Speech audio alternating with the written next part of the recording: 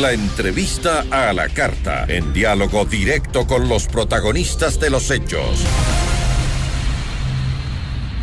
Nos acompaña a esta hora Inti Quevedo, especialista en salud pública y experta en control de epidemias. ¿Cómo está, doctora? Muy buenas tardes. Buenas tardes, mucho gusto. Considerando, doctora, que las últimas semanas del 2021 pues se esperaban movilizaciones masivas debido a los festejos por Navidad y fin de año, ¿cree usted que esta declaratoria de la alcaldesa de Guayaquil, Cynthia Viteri, se está tomando a tiempo? Bueno, creo que no solamente la declaratoria de la alcaldesa, creo que también la información que se comparte o que se debió, digamos, haber compartido, porque tenemos un aumento sostenido de casos no solamente desde diciembre. Los meses anteriores ha habido un aumento, obviamente no tan grande como fue diciembre, pero ya los casos venían aumentando desde noviembre, ¿no? Entonces, estos son los datos que posiblemente no se monitorearon correctamente, e incluso fuimos a los feriados, tanto de Navidad como de fin de año, sin saber, por ejemplo, la positividad, es decir, el número de pruebas positivas que se tenían con las pruebas tomadas, porque esto es un indicador efectivamente de aumento de casos de la epidemia, ¿no? Entonces, sin embargo, creo que la decisión que toma la alcaldesa de Guayaquil es correcta. Es correcta, pero tardía, entonces. Podría ser, sí, pero ¿quién tiene que entregarle la información, digamos? ¿Quién tiene que suministrar esta información y hacer el análisis epidemiológico de la información? Yo no sé si los municipios tienen esa competencia o la capacidad de hacerlo. Para eso, digamos, debería estar también la autoridad sanitaria facilitando los escenarios epidemiológicos para tomar esa decisión. La decisión es correcta y más bien, digamos, hay que ver cómo también se movilizan recursos, cómo las instituciones también, porque estamos hablando de una saturación de servicios, de un porcentaje de ocupación mayor al 80% de camas. Entonces, ahí hay que actuar rápidamente. Y, por ejemplo, la expansión de las camas no es competencia de la alcaldesa. La alcaldesa no puede ampliar camas en los hospitales públicos o privados, puede dar facilidades. Pero entonces, doctora, si es que no hay una coordinación entre las autoridades de control sanitaria, digamos, del Ministerio de Salud Pública con la alcaldía de Guayaquil, es decir, las cifras oficiales no estarían representando la verdadera situación de la ciudad. Lo que creemos muchos profesionales es que no se están analizando correctamente las cifras y los datos y no se están con ese análisis tomando las decisiones. Creo que este aumento de casos, digamos, no es de un momento para otro. Los casos venían subiendo y más bien ahí lo que ha fallado es la detección oportuna, la vigilancia, la sensibilidad de los sistemas de vigilancia. Algunos expertos, doctora, creen que más que no se estaba tomando la decisión a tiempo porque no se tenía el sustento científico de las cifras reales, que más bien es que se priorizó el comercio y la economía antes que la salud.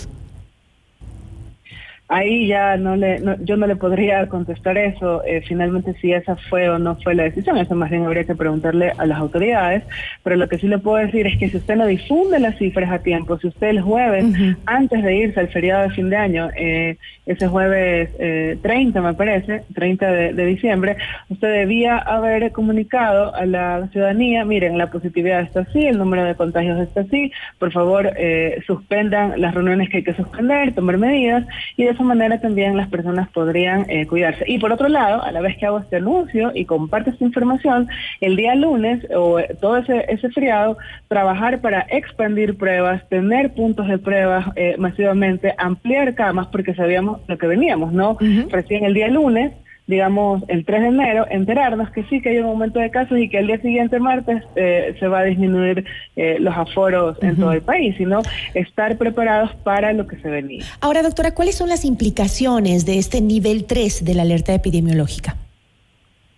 Bueno, como también lo dice la misma resolución del Consejo Cantonal de Guayaquil, hay una restricción en aforos, hay una restricción en en aforos de centros comerciales, se limita acceso a playas y balnearios, supongo yo que también el Consejo Cantonal pedirá de alguna manera a las autoridades del gobierno central también estado de excepción, declaratoria de estado de excepción y otras medidas más. Están solicitando también al Ministerio de Trabajo que se disponga la no presentación de la prueba COVID-19 en caso de presentar síntomas, porque hemos visto en Guayaquil que han habido incluso forcejeos en centros de salud precisamente por esta obligación de canjear una prueba o un certificado privado con el certificado del IES, y esto han habido problemas, ¿no? Entonces tiene que facilitarse todo eso, tiene que aumentar las pruebas en Guayaquil. Eso, por ejemplo, es como que un poco es algo que se toman medidas sin coordinación entre las diferentes instituciones que tienen que trabajar en conjunto para justamente evitar los contagios. Lo que usted decía, ese certificado que hicieron ahora que se pida en el IES de manera presencial, iba gente positivo de COVID-19 con su examen positivo a que le validen, por ejemplo, para poder faltar al trabajo, lo que es un completo absurdo. Entonces, como que no hay una coordinación entre las decisiones que se toman para justamente validar o poder ratificar que una persona sí está enferma de COVID y que es válido para que el IES le pague los días que tiene que quedarse en cama. Es un absurdo que hagan veíamos filas eternas, larguísimas en Guayaquil, con gente que tenía su certificado de positivo y que debería estar en la casa encerrado. Así es. Y ahí solamente una precisión, estimada Gisela, es que esta medida no rige de ahora. Esta es una medida que tenemos 2 años de pandemia y lamentablemente esto está en los reglamentos del IES. Claro, son reglamentos antes de la pandemia, por antes del COVID. Y esto es lo que en 2 años, lamentablemente, no se ha adecuado, no se ha mejorado, no se han hecho canales de manera en línea, por ejemplo. Todos los médicos tienen registrado su título y están habilitados en el ACES, en la Agencia de Calidad.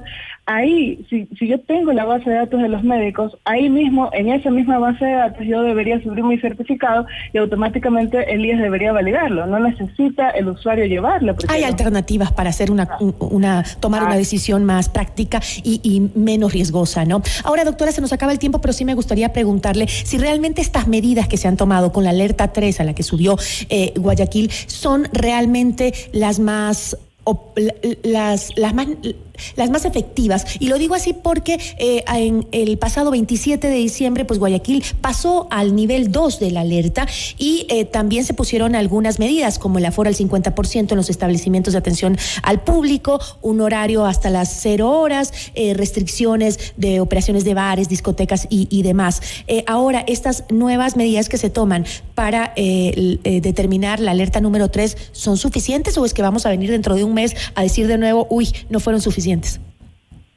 Ahí, lo que usted mencionaba, la coordinación entre autoridades.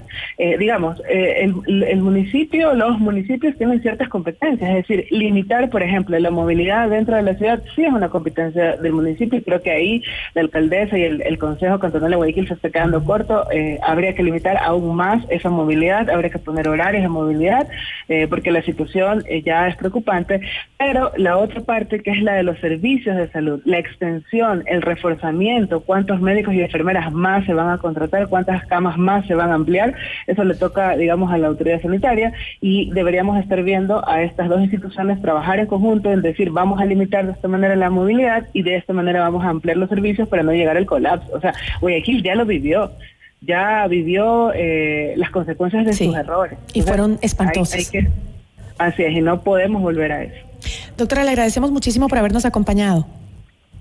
Muchas gracias a Notimundo por la invitación. Agradecemos a Inti Quevedo, especialista en salud pública y experta en control de epidemias, hablando sobre la nueva alerta epidemiológica en la ciudad de Guayaquil, que pasó de 2 a 3. Esto es Notimundo a la carta, siempre bien informados.